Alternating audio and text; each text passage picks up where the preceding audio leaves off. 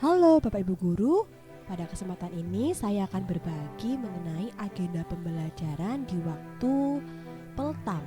Nah, di sini peltam itu pelajaran tambahan ya yang diperuntukkan untuk siswa-siswi yang masih nilainya kurang. Nah, di sini modelnya Bapak Ibu Guru Memberikan akan motivasi sekaligus refleksi dan evaluasi mengenai nilai-nilai peserta didik kita yang masih kurang. Nah, tentunya pada kesempatan ini saya akan membagikan sebuah agenda yang digunakan untuk mengisi sesi pelajaran tambahan. Nah, biasanya pelajaran tambahan ini diberikan oleh sekolah untuk peserta didik yang masih nilainya kurang.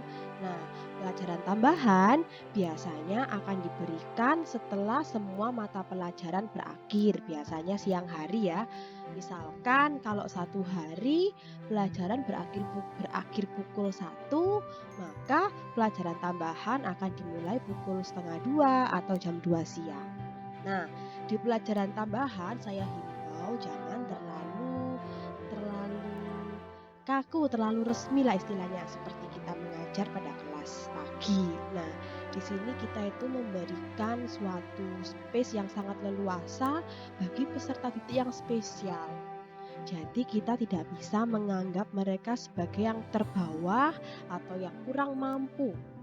Kita menganggap mereka sebagai anak kita sendiri yang harus kita ajari, harus kita benar-benar rangkul agar mereka maju seperti teman-teman yang lain.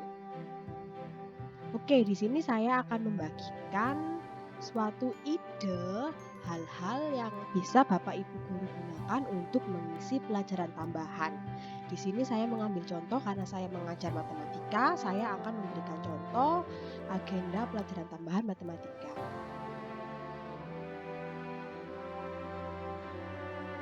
Pada slide ini silakan Bapak Ibu berikan suatu kata-kata motivasi yang nanti itu menguatkan mereka. Selain memberikan kata-kata motivasi, Bapak Ibu juga bisa mengambil suatu kasus atau masalah yang menguatkan kata-kata motivasi ini. Misalkan masalah-masalah konkret yang berkaitan dengan pembelajaran sehari-hari.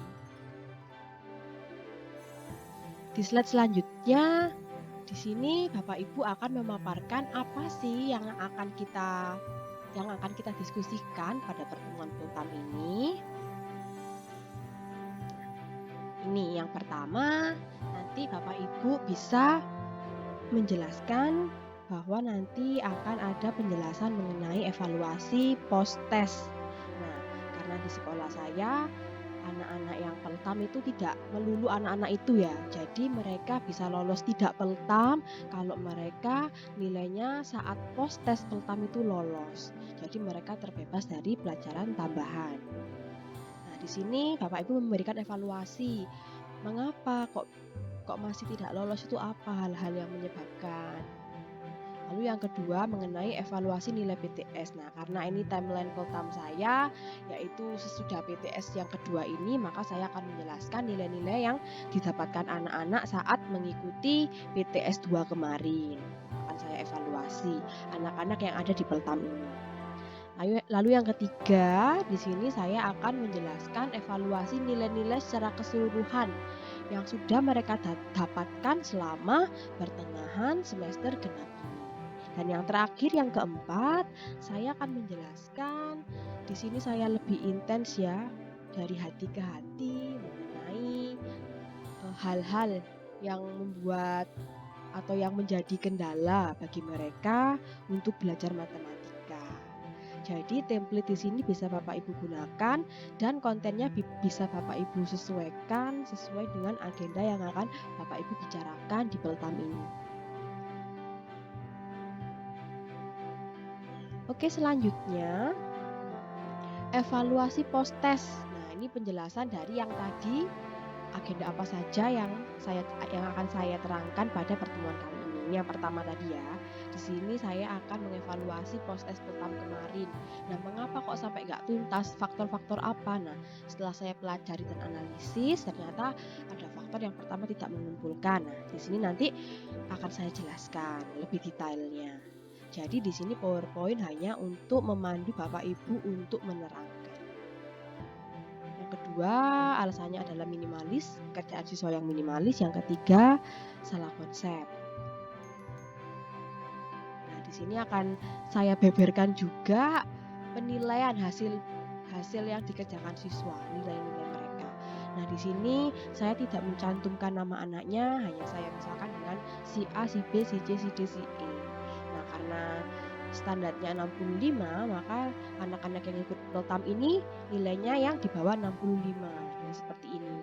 Di sini saya akan memberikan suatu gambaran mengapa kok bisa mendapatkan nilai 50, nilai di bawah 60, mengapa? Nah, ini yang kedua ya, penjelasan yang topik kedua mengenai evaluasi nilai PTS. Ini juga sama polanya. Saya membeberkan mengapa kok bisa sampai nggak tuntas itu. Yang pertama, di sini saya membeberkan dari segi materi.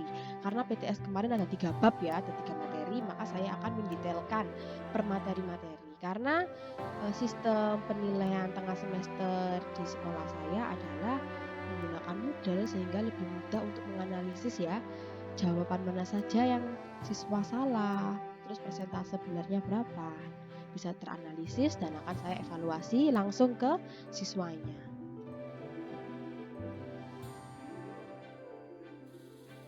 Nah, ini untuk nilai PTS dari mereka yang sudah mereka dapatkan. Nah, di sini ada yang mendapat 70 ya.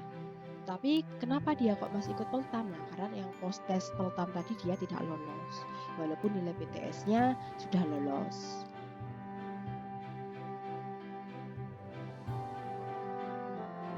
Selanjutnya ini pembahasan dan penjelasan topik ketiga mengenai evaluasi nilai-nilai selama pertengahan semester genap ini. Nah, di sini saya akan menjelaskan timeline. Jadi setelah PTS, sebelum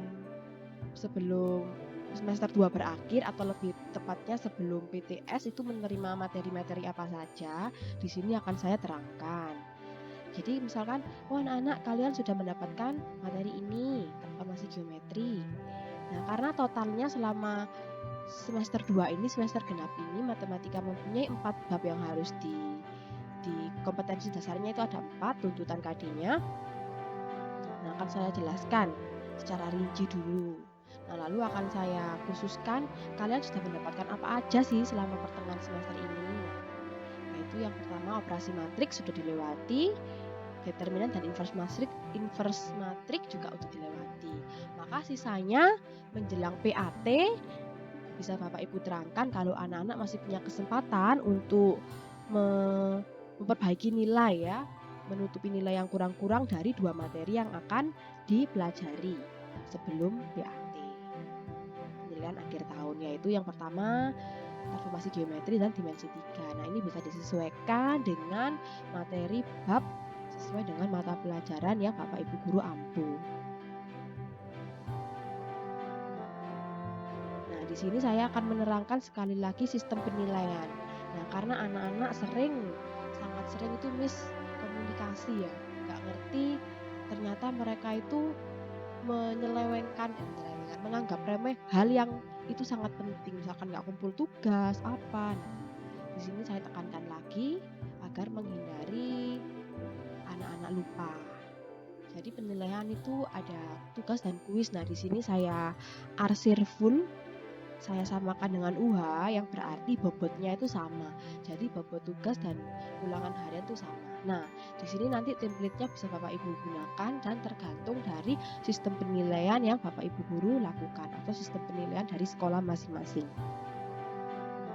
Di saya sistem penilaiannya itu ada tugas dan kuis atau kuis, ada ulangan harian atau UH ya, terus juga ada remedial, baik perbaikan UH maupun perbaikan tugas.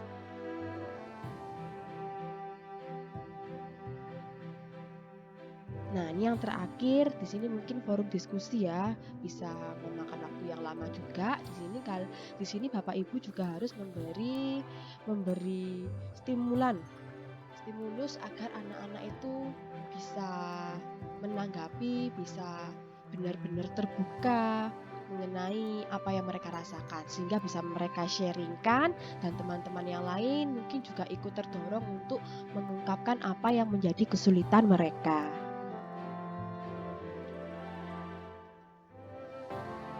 Nah, di sini Bapak Ibu juga memberi pertanyaan-pertanyaan yang membuat mereka menjadi tergerak untuk men-sharingkan apa yang mereka rasakan.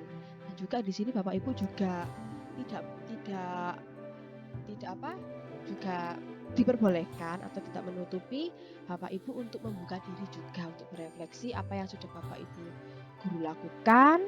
Misalkan dari segi kekurangan, silakan Bapak Ibu juga sharingkan. Nah, di sini space untuk sharing siswa, sharing peserta didik.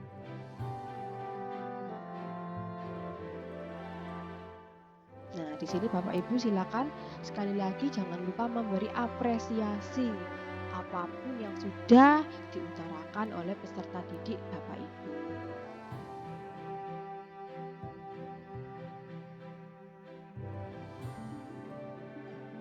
Nah, setelah forum sharing tadi, jangan lupa Bapak Guru memberikan feedback yang berupa nasihat-nasihat dan berupa tips-tips untuk menjadi yang lebih baik itu seperti apa. Nah, di sini saya memberikan tips mengenai komitmen.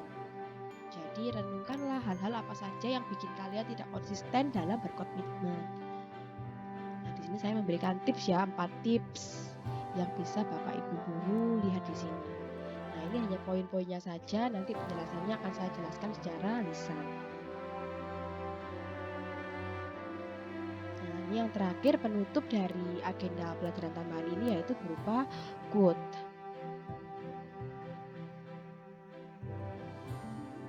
Oke, seperti itu Bapak Ibu sharing dari saya, dan semoga apa yang sudah saya bagikan itu bermanfaat bagi Bapak Ibu Guru untuk menjadi lebih dekat dengan peserta didik, tidak hanya dari akademis saja mengajarkan ilmu, tetapi juga mendidik dari segi hati ke hati, jadi seperti itu, refleksi, evaluasi, sehingga mereka juga mempunyai niat untuk berubah.